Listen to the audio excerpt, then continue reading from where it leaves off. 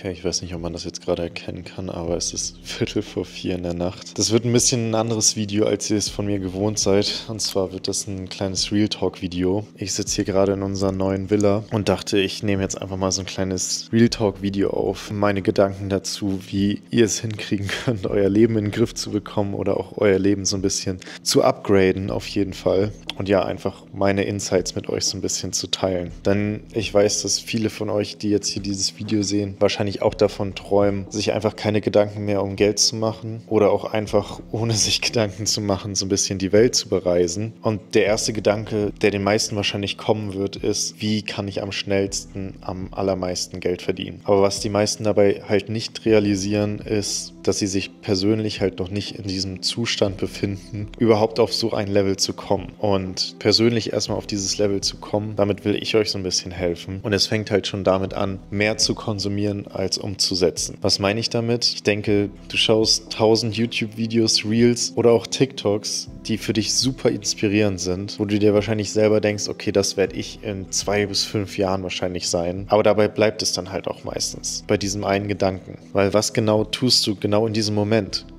Du tust eigentlich nicht wirklich was dafür, um so ein Leben zu bekommen. Und genau das ist diese Wurzel, die du von Anfang an ändern musst. Und dafür gibt es Wege, aber diese Wege funktionieren nicht von heute auf morgen, sondern das ist ein ganzer Prozess. Auch wenn ich euch kenne und ihr das Video wahrscheinlich auch irgendwie um 3 Uhr nachts schaut und einfach darauf hofft, morgen aufzuwachen und super viel Motivation zu haben und einfach durchzuziehen, wird es wahrscheinlich morgen früh wieder so sein, dass ihr versucht aufzuwachen, super kaputt seid und eigentlich keine Motivation habt, irgendwas zu tun. Aber genau dabei will ich euch so ein bisschen unterstützen. Und zwar sind es im Endeffekt einfache Prozesse, die euch dabei helfen, euer Leben in den Griff zu bekommen. Und natürlich auch das Leben zu bekommen, was ihr wirklich anstrebt. Was ich euch jetzt hier gleich zeigen werde, das sind meine Prozesse, die ich benutze, um selber on track zu bleiben. Und was ich mit diesen Prozessen meine, das zeige ich euch jetzt einmal. Das allererste ist die Zielsetzung und Dokumentation. Was meine ich damit? Ich meine damit nicht direkt Journal schreiben oder Tagebuch schreiben, weil das fällt mir selber tatsächlich auch ziemlich schwer, sondern das im größeren Sinne zu führen.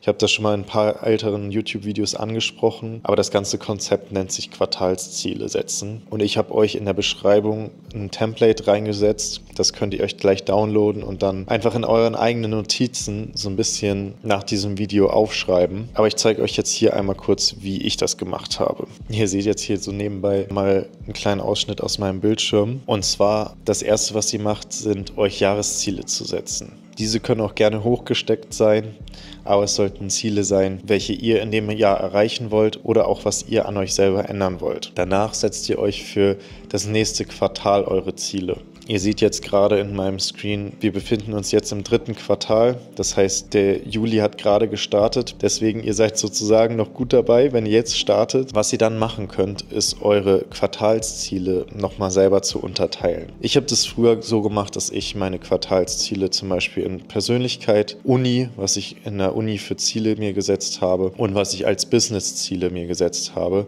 dass ich diese 3 Unterkategorien hatte und mir dazu dann Notizen gemacht habe. Das heißt, Persönlichkeit kann zum Beispiel sein, ich möchte mindestens 3-mal die Woche ins Gym gehen. Ich habe eigentlich keine Ausreden, dass ich das nicht machen kann, weil abends hat man eigentlich immer Zeit oder man nimmt sich einfach die Zeit dafür. Ein zweites Ziel, was ich mir zum Beispiel gesetzt habe, war es mindestens 3 Bücher in einem Quartal zu lesen und mir Wissen anzueignen. Ein anderes Ziel war es, weniger Social Media Content zu konsumieren und mehr Social Media Content zu produzieren. Das sind jetzt so ein paar Beispiele. Was jetzt zum Beispiel Business anging, waren meine ersten Ziele auch, meine ersten Funded-Accounts zu bekommen, dann mein erstes Eigenkapital zu traden, dann die Skalierung auf 1.000 Euro im Monat, die Skalierung auf 5.000 Euro im Monat und dann die Skalierung auf 10.000 Euro im Monat. Das waren zum Beispiel Business-Ziele, die ich mir gesetzt habe. Und diese Ziele setzt ihr euch wirklich so persönlich wie möglich. Ich habe mir zum Beispiel unter Uni-Ziele gesetzt, die Bachelorarbeit mit mindestens 2,0 zu rasieren. Und wenn ihr diese Ziele setzt, damit müsst ihr niemanden beeindrucken, sondern ihr setzt diese Ziele für euch persönlich euch und niemand anderes wird diese Ziele sehen, sondern diese Ziele sind wirklich nur für euch gesetzt. Deswegen setzt sie so motivierend und so cool wie möglich für euch. Und nach den nächsten 3 Monaten macht ihr dann euren Quartals-Recap. Was bedeutet Quartals-Recap? Das heißt, ihr geht einfach nochmal über eure ganzen Ziele, die ihr euch für eure unterschiedlichen Kategorien gesetzt habt, geht ihr diese Ziele einfach nochmal ab und seid so ehrlich wie möglich zu euch selber, wenn ihr dieses Recap schreibt. Das heißt, für mich ist das eigentlich wie ein großer Tagebucheintrag. Ich setze mich hin und sage, okay, persönlich habe ich mich so und so weiterentwickelt, aber zum Beispiel war ich immer noch zu viel an Social Media. Warum? Welche Begründung hat das und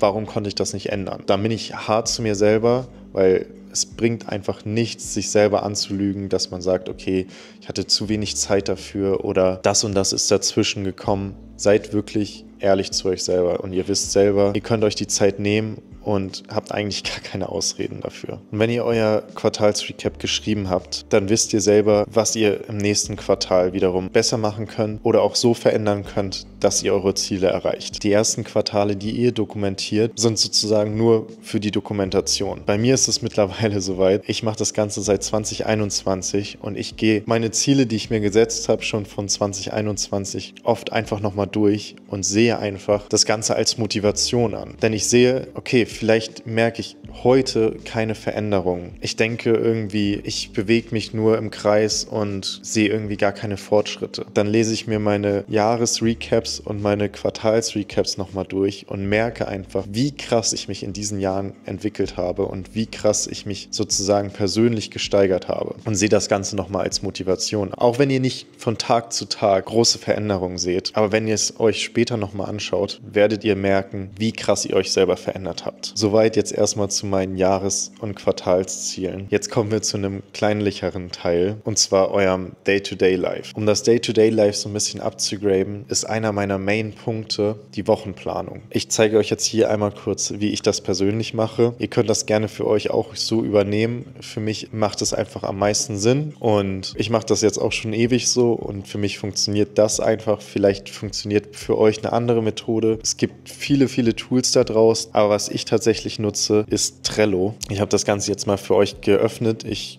blur auch mal meine ganzen To-Dos, weil da ziemlich persönliche Sachen dabei sind. Aber so wie ich mein Trello-Board aufgebaut habe, macht es für mich einfach am allermeisten Sinn. Und zwar gibt es bei Trello verschiedene Boards, die man erstellen kann und in einem Board kann man verschiedene Tabs sozusagen erstellen. Und meine Tabs sind zum Beispiel private To-Dos, mein Trading, To-Dos, die ich diese Woche zu tun habe und dann habe ich mir von Montag bis Samstag Tabs erstellt, wo ich sozusagen meine To-Dos und wo ich so ein bisschen meine Woche reinplanen kann. Am Ende habe ich noch im Gange oder on hold und fertig ist mittlerweile auch ein bisschen überflüssig, weil ich meistens nur noch meine To-Dos sozusagen hier aus den Tagen rauslösche. Wie das Ganze funktioniert ist, ihr könnt eine Karte hinzufügen, dort euer To-Do eintragen und diese Karte, ihr seht das jetzt zwar nur verschwommen, aber ich hoffe, ihr könnt es trotzdem erahnen. Diese Karte könnt ihr dann reinziehen, wo ihr wollt. Das heißt, wenn ich sage, okay, das ist jetzt eine von meinen YouTube-Ideen oder irgendwas, die ich irgendwann mal umsetzen will, dann ziehe ich das jetzt erstmal in Davi Trading rein und dann kommt es dazu, meine Woche zu planen. Das heißt, ich ziehe mir dann meine Projekte, die ich hier in Davi Trading habe, zu diese Woche To-Dos und überlege mir dann, okay,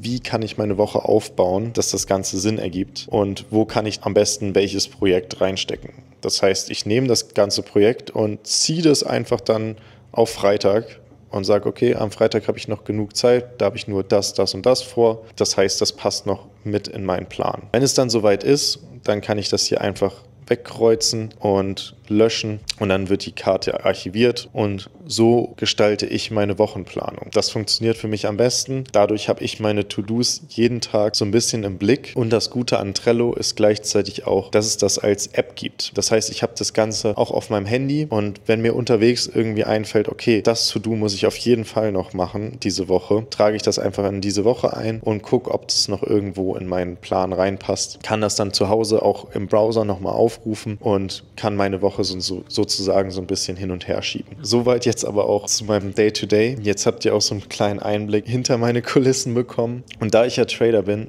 gibt es solche Tools tatsächlich auch fürs Trading. Es ist dort noch wichtiger, alles zu dokumentieren und jeden einzelnen Trade wirklich festzuhalten, sonst werdet ihr persönlich auch nie Fortschritte im Trading sehen. Ich persönlich kenne tatsächlich auch keinen profitablen Trader, der seine Trades nicht irgendwie durch ein Tool oder in Excel oder in Notion dokumentiert und am Ende der Woche nochmal über seine ganzen Trades drüber geht. Denn Trading ist genauso eine konstante Weiterentwicklung. Und wenn ihr eure Trades dokumentiert, genauso wie ihr eure Quartalsziele auch dokumentiert, werdet ihr auf jeden Fall sehen, wie krass sich auch euer Trading in den nächsten Jahren entwickeln wird. Wir persönlich geben in der Prime Trading Ausbildung unseren Tradern diese Tools mit an die Hand. Also wir haben eigens entwickelte Notion-Templates erstellt, wo die Trader aus der Community ihre Trades einfach eintragen können, nochmal mehr Insights und Statistiken bekommen und das Ganze halt kostenlos für alle Mitglieder. Damit nehmen wir halt auch jeden einzelnen Trader an die Hand, bis sie auch selber profitabel werden. Und ich meine, die Ergebnisse sprechen wirklich für sich und ich bin auch super, super zufrieden mit der Entwicklung von Prime Trading in den letzten Jahren. Also wer das so ein bisschen mitverfolgt hat, wie klein wir gestartet haben und was für eine riesen Community wir mittlerweile geworden sind, das ist echt super, super stark. Aber damit jetzt erstmal genug Gelaber von meiner Seite. Ich hoffe, ich konnte euch so einen kleinen Mehrwert geben und wenn euch das Video gefallen hat, würde ich mich natürlich über einen Daumen nach oben freuen oder auch einen netten Kommentar von euch. Es ist mittlerweile 4:13 Uhr. Ich werde jetzt pennen gehen und ich würde sagen, wir sehen uns nächste Woche Sonntag zu einem neuen Vlog wieder.